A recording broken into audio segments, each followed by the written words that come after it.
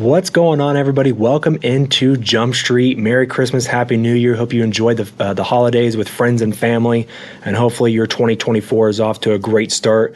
And we are back in 2024 on Jump Street with player interviews, and the first player get a chance to talk to, very appreciative to talk to Alex Bobb of the Maysville Panthers.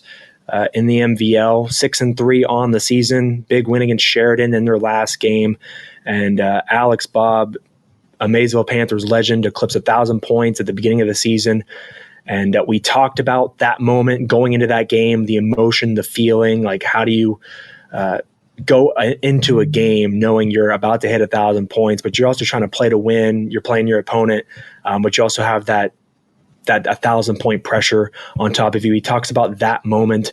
And we also talk about his future. Of course, the Maysville Panthers are the reigning MVO champions. They're looking to repeat that this year, make another deep run in the playoffs like they did last year. But what's the future for Alex Bobb and his college career? Where is he looking to play? What's he looking to do educationally as well? But some fun stuff with Alex, with the Maysville Panthers here on Jump Street. Thanks much for joining us, whether you're watching on Facebook or YouTube or listening on Spotify or Apple Podcasts. Really appreciate you making us part of your day. All right, we're here with Alex Bobb, a legend with Maysville basketball. They're 6-3 on the year, having a really good season. And Alex, really appreciate you joining our podcast here on Jump Street. I know you've been asked about this probably a ton, especially early in the season. You broke 1,000 points scoring for your career. Obviously, it's an incredible feat that not many high school players, they get to achieve in their careers. But more so than just achieving that, like, what is it like going into a game where you know that there's a chance you're going to break 1,000 points? Everyone's probably looking to get you the ball, and they want you to get that record as soon as you can. Like, is there a lot of, do you feel pressure hanging over your head, like to get that record? Does the emotion feel different? Like, what was your mindset, I guess, going into that game early in the season, the game you broke the record, where it's there, you want to do it, but you also want to play your game and win at the same time and not focus on that other stuff? Like, what was all of that emotion like for you going into that game where you broke 1,000 points early in the year? Yeah, it was for sure exciting, but there definitely is a lot of pressure that comes with that game. You want to hit that 1,000-point milestone, but you do have to continue to play your game and go out there and play for the win rather than play for 1,000 points. But, with anyone that has scored 1,000, they can absolutely tell you that going into that game where you almost know you're going to hit it, it's hard to not go out there and press and try to not force shots that you don't normally take. It's difficult. Is that more nervous for a game than you've been probably in your career, just knowing that, that moment is there and you, like, the parents and the fans can feel it, your teammates can feel it, and obviously you can feel it. Like, is that more nervous than you've probably ever been for a game? Yeah, absolutely. I would say that's been the most nervous I've ever been walking into a gym. That's fair. Now, I got to watch you play at Tri-Valley before Christmas, and that was an electric game. You guys were down to Tri-Valley for most of the game, but you clawed back in that third quarter. And obviously, you're really talented scoring the basketball, but what really stood out to me was in that third and fourth quarter. It seemed like you had like 8 steals, man. You were just all over the floor defensively. And obviously, talented offensive players, they do what they do on offense, but I think it's pretty special when, someone who's as talented as you are on offense, you are 100% committed on the defensive end of the floor.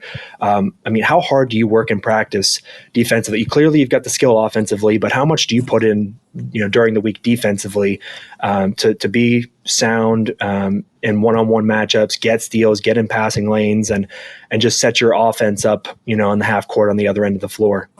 Yeah, that's something we definitely work on a lot during practice. We know as a team we're skilled offensively, and that just it comes to us every game pretty easily.